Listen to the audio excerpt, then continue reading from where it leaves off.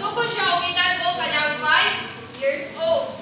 So research shows that children who underwent kindergarten have better completion rates than those who did not. So if gusto nila sa kanang kindergarten, so ano siya, children who complete standards-based kindergarten program are better prepared for primary education. So education for children in the early years lay of the foundation for lifelong learning and for the total development of a child. So dili na sa kanang universal kindergarten. So dili na gid pag-start katong mga basic ra katong mga alphabet, mga kanang shapes, nya og through kanang songs or kanang mga games kay di ba sa kung ari ka sa kindergarten dili man kita makaano nga pag sige na tagpuan ko kanang discuss through text di kita makaano nga minaw tanan di ba kay samot na karon na generation grabe ang kuan evolve sa technology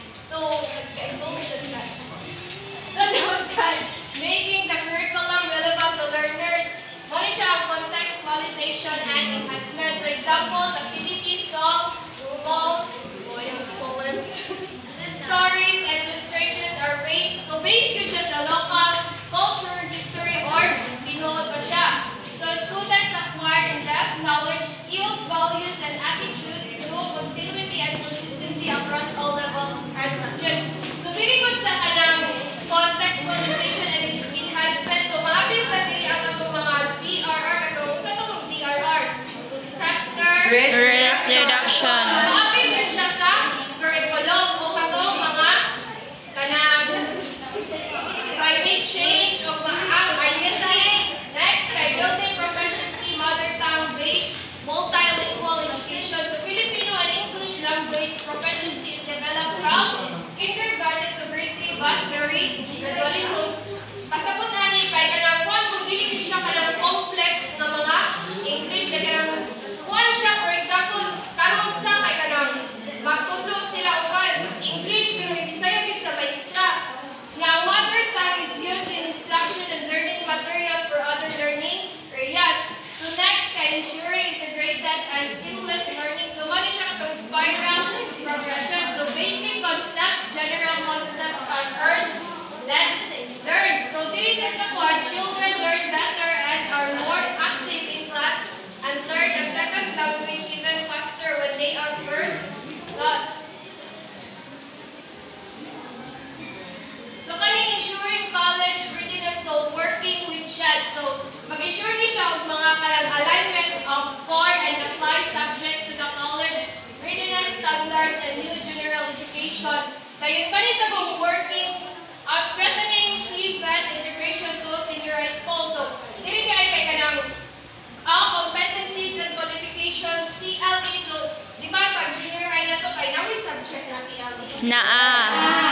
So ako pag grade 10 na mo kay pagka high school na ako kay naagid so pag grade 7 ako na nagyan na ako ng ICT o kanang electricity kung beauty care kung kini na sa mo curriculum. So pagka grade 8 na mo kay ipapili na gid ni kung unsa mo ang ganahan na o major. So kanang ako gipili na ako pag grade 8 kay beauty care. So pag grade 8 to grade 10 na ako kay beauty care gid ako ang major niya. Kaning sa NC ko kay among maestra pagka grade 10 kay kanang ganahan siya mo take me talaga ng NC to kay magamit ko ng NC to.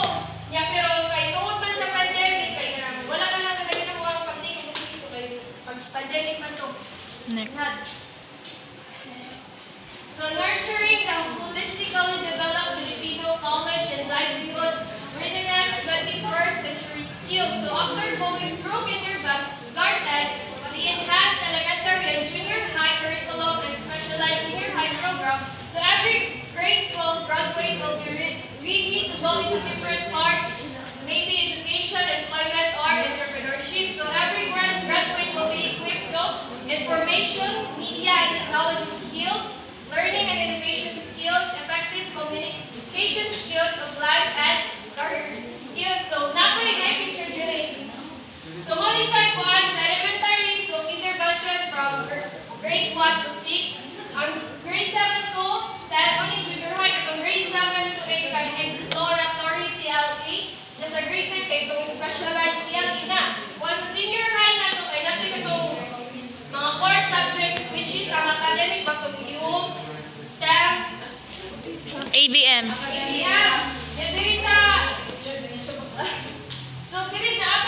TVL. O ang TVL, di ba? Bigyan kita kung over. SMAU, automotive, mao na to. Yes, wala na siya diyan. So, ma-apply ka din mo sa kay, pwede man i-graduate ni mo if naka-school ka grade of niya, hindi kay TVL. So, pwede na ka kanang maka-work. Kung di ka ganyan mo eskwela, mo na ay entrepreneurship or katulungan ka, mo trabaho ka kay nakakit ng kanan. Mm.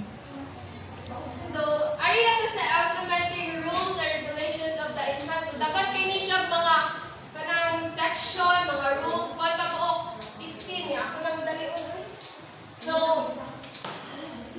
next. Ano ba sa? So, ang rule number 1, kay matong general provisions sa section 1, title. Sa section 2, kay katong mga Scope application. Scope and application. Yan na siya yung mga definition of terms. Section 3. Declaration So, of sa rule Form. number 2, kay katong curriculum development, mao ni siya ang Department of Education, ang DepEd o ang CHED o ang TESDA kay mag-collaborate yun sila para mo-create sila o kanang harmonized basic education. So, dinisan sa curriculum dapat learner-centered siya. Kaya nga learner-centered man. Mga students naman ang buwan. Sunod kay material production. Ang rule number 3 kay teacher qualifications and training. Masaktan naman, di ba? Ah,